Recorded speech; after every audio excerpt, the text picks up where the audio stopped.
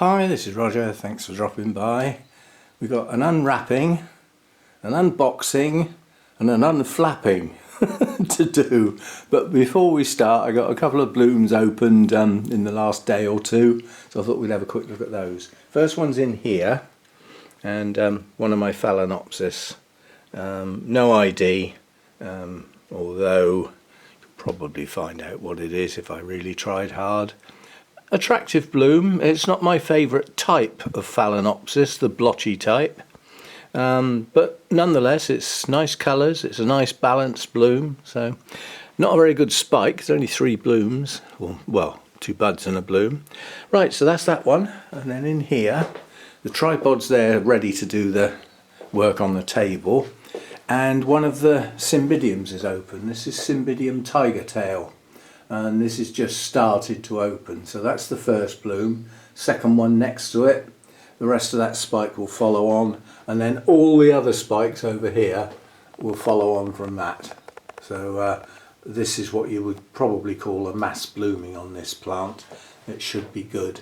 And they last long enough that I suspect all of the spikes will be open at the same time. And with any luck, a lot of them will be open for the next Orchid Society meeting, in which case I can take it along and see if we can get some points. Anyway, that's those two. Now I'll set the camera up on the tripod and we'll do the thing. So say I've got 3 packages to deal with.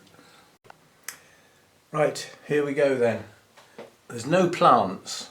However, I will say that tomorrow I'm out all day at the Wisley RHS Spring Orchid show. I will be filming lots of things, and hopefully there'll be 1 or 2 gardening videos, several orchid videos and a bonsai video out of tomorrow's trip. So that's that, early start, 7 o'clock, pickling up on the way, and I'll be back, well, early evening I suspect, so it'll be a long day. Saturday, the videos on Saturday will not be anything from the trip apart from the new orchids that I get. Yeah, so Saturday's video will be new orchids. First ones for quite a while, and then there won't be any more for quite a while, so look forward to that. I don't know what I'm going to get, I have no clue, but what I do know is I have to put out big thank yous to all of those who've made recent contributions via the Buy Me a Coffee app, to actually contribute to a pot of gold, I'll call it, so that I've got some funds to actually buy some orchids while I'm there without dipping into my heating bill. So that is greatly appreciated. Thanks to everybody who's contributed down that line. As I said, it all goes into a pot and gets recycled back round into my orchid world in some shape or form, and in this case it'll be new orchids. Right, back to the this is the unflapping. Now this has got nothing to do with orchids, and I opened it because I didn't have a clue what it was. That should have actually given me a clue.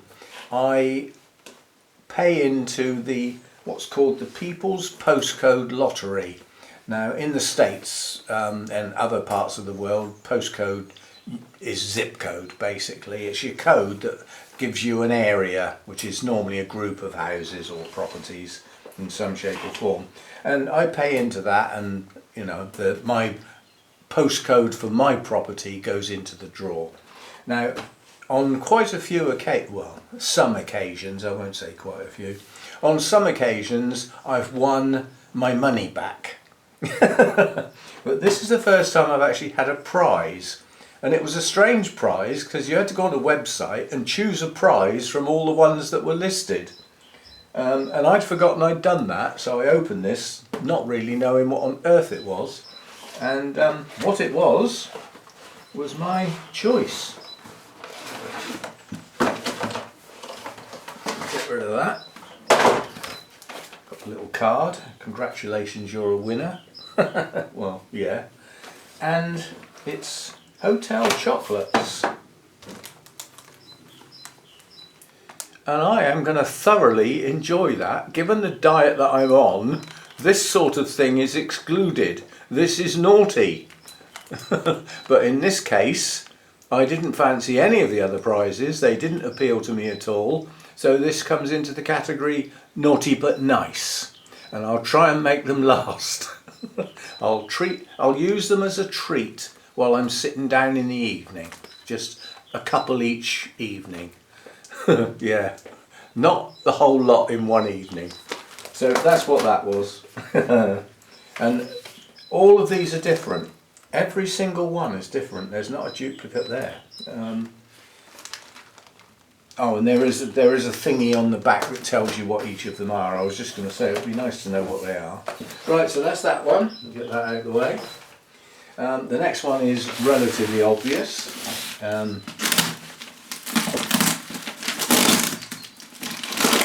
even said to Postman Pat, have a guess.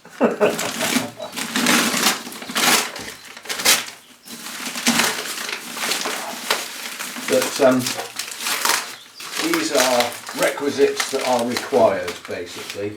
These are things that I need. Like I say, you know, there's running costs with having a load of orchids and running a YouTube channel that goes with them. As most of you that watch the Orchid channel have probably got orchids, as you know, there are expenses. And this is some of them. But we did a lot of research and came up with some nice cheap options, basically. You don't want to let go, do you? Actually well packaged, considering what's in it isn't likely to break, I wouldn't have thought. But get in here. Come on, let go.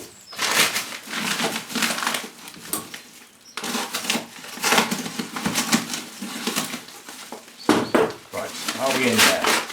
Yes! You don't need to take the whole lot off because it'll lift out. They will lift out. Right, so what have we got here?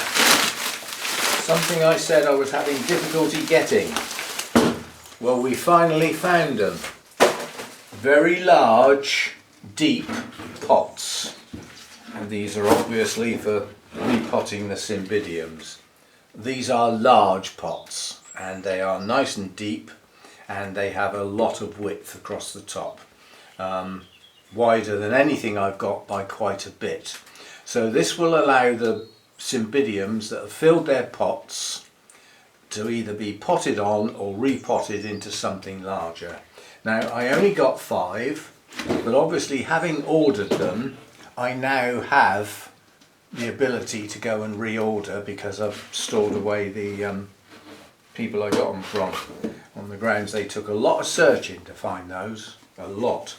Most of them, you know, you put in large deep pot, flower pots, and you come up with all loads of wealth of stuff. Then when you look at them, you thought, that's not large. In fact, it's quite small. And of course, when you look at a picture of a flower pot, you haven't got a clue how big it is unless there's something next to it, like me. Now you can see how big they are. So that's one lot.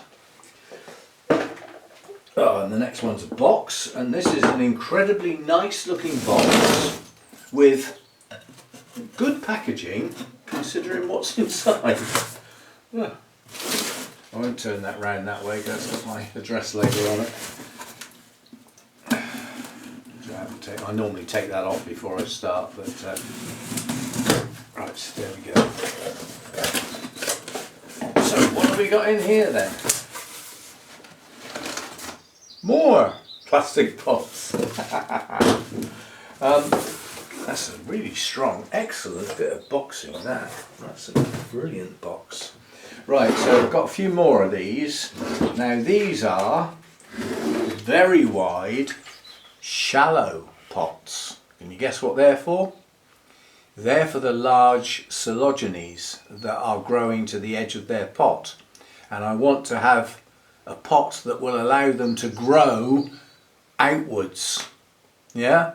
But they don't need the depth. They don't need deep pots. If you have them in deep pots, then half of the pot just tends to stay too wet. So that's what those are for. Those are for the cotyledons, well, and anything else that creeps sideways at a colossal rate that needs room to expand. So, and yet again, if I need more of those, I now know where to get them. I can remember there was a time when I never had black pots, ever. No, I like to see what's going on. But quite a few of the cotyledons have arrived in black pots, and some got repotted into clear pots and some didn't. And some now need, not necessarily repotting, but like the cymbidiums, they need dropping on. So they need teasing out of their pot, a bit of the media removed, and just put in a much bigger pot and new media put around the outside. Because most of the roots are around the outside of a pot, as you know, when you repot. So when you pot on, those new roots around the outside of the pot have got direct access to spread into new media. And if that's been done several times, the media in the centre is probably getting a bit tired, old and tired, and probably those roots have probably died anyway.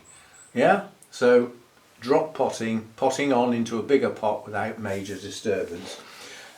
Cymbidiums don't mind the disturbance. In fact, they quite seem to enjoy a good hack and a repot, but not the cotyledons. Some of those are pretty sensitive, and they have a nasty habit of sulking, where they just stop doing anything at all for a year, sometimes longer. They just stop growing, no growth, no new roots, no spikes, nothing. They just sulk. And that's the last thing you want, because it's difficult. If you've got one of those doing that where they're not doing anything and they don't seem to want to do anything, well, how much water do you give it? Do you feed it? What do you do? Because it's not doing anything at all, it's just sitting there. So they're often lost during a phase of sulking. Anyway, that's what that was, and as I said, tomorrow I'm out all day. I have a video for tomorrow, believe it or not, but it's one that's already been posted on my other channel, so it's a gardening video. It's effectively everything in bloom, but outside rather than inside. So that'll be for tomorrow. That's already filmed, that was several days ago I filmed that. And then Saturday will be the new orchids. Sunday will be the orchid chat, Sunday orchid chat. No subject yet, but I'm sure we'll think of something. And then on into next week, we will certainly have some videos from tomorrow's visit to be able to post on various days. And I need to start work next week, seriously. I need to get on and do some stuff out here. There's repotting and mounting to do, and it'll just all bottleneck. What really spurs this on is the fact that I had a quick look at the site where I have a look at the day length and the rate of change, that site that I use. The rate of change is currently at its maximum, which stays roughly the same for a period of time. And it's not far off 4 minutes a day, yeah? And the day lengths are such that we should be starting to trigger plants into growth if we get some brighter days and some better temperatures. We've gone back into a cold spell again. That's typical English weather. Just as you think spring's arrived, we head back into winter.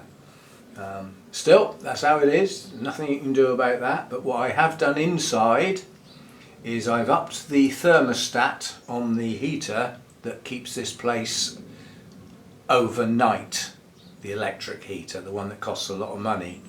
And on that subject, if any of you are still here, if you remember, I decided that in the cold spell and the winter period, as I tend to have the heating on in the house to keep me and Mojo warm, opening that door and sacrificing a bit of the temperature in the lounge to stop the electric heater kicking in and out all day long out here would possibly save me some money. Well, I've just gone past my billing period, so a month after I decided to do this, we've had a month of it, and it has saved me quite a lot of money. I was well pleased. And that amount will get better from now on, simply because as the day lengths get longer, this door gets opened earlier in the day and closed later in the day. So there are less hours when this heater would have kicked on that I'm saving, and less hours when it does kick on overnight. So from now on it gets better. Doesn't make it good, but it gets better. Anyway, thanks for dropping by, and I'll see you next time. Bye for now.